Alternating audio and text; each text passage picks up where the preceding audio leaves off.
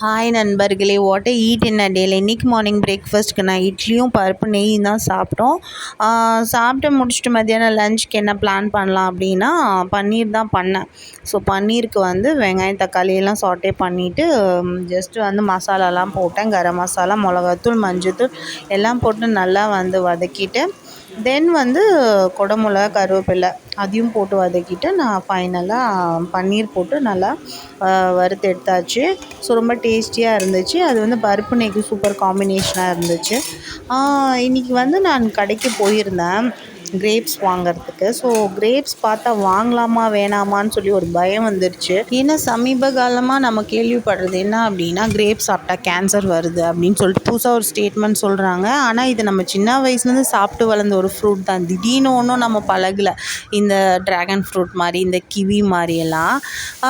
But வந்து நம்மளுக்கு ஒரு தப்பாக வந்து இதை சாப்பிடாத, அது சாப்பிடாத, இதெல்லாம் வந்து உங்களுக்கு அன்ஹெல்தி, இதெல்லாம் சாப்பிடுங்க, இதெல்லாம் ஹெல்தி அப்படின்னு சொல்லிட்டு சொல்கிறாங்க. இதுக்கு பதிலாக இந்த மாதிரி சொல்கிறதுக்கு பதிலாக எதுவுமே சொல்ல தேவையில்லை அப்படின்றது தான் என்னோடய கருத்து. எதுவுமே சொல்லாதீங்க. நாங்கள் எங்கள் அப்பா அம்மா என்ன கொடுத்து வளர்த்தாங்களோ நாங்கள் ஆரோக்கியமாக தான் இருக்கோம். ஸோ எங்களுக்கு தெரியும் எங்கள் லைஃப் ஸ்டைல் வந்து எங்கள் குழந்தைங்களுக்கு என்ன கொடுத்து வளர்க்கணும்னு எங்களுக்கு தெரியும். ஸோ நம்ம வந்து நம்ம பிள்ளைங்களுக்கு ஹெல்த்தியாக தான் கொடுப்போம். எந்த அப்பா அம்மா விஷத்தை வந்து கொடுக்க போகிறதில்ல. ஹெல்த்தியாக தான் கண்டிப்பாக கொடுப்போம். ஸோ நான் எப்படி சாப்பிட்டு வளர்ந்தனோ அப்படியே நான் என் பிள்ளைக்கு கொடுத்து நான் வளர்க்குறேன் அப்படின்றத நம்ம எல்லாருமே மைண்டில் வச்சுக்கணும்னு நான் நினைக்கிறேன்.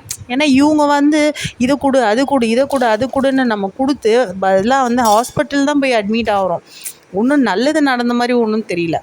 ஸோ நம்ம என்ன சாப்பிட்டு வளர்கிறோமோ அதை நம்ம குழந்தைங்களுக்கு கொடுத்தாவே நல்லதுன்னு நான் நினைக்கிறேன். நம்மளை வந்து ஜஸ்ட்டு டிஸ்டர்ப் பண்ணாமல் இருந்தாவே இன்னும் ரொம்ப நல்லதுன்னு நான் நினைக்கிறேன். ஸோ ஈவினிங் வந்து கொஞ்சம் வேர்க்கடலை தான் பண்ணி பசங்களுக்கு ஸ்நாக்ஸாக கொடுத்தேன். ஸோ நைட் டின்னருக்கு சப்பாத்தியும் தக்காளி தொக்கும் தான் செஞ்சோம்.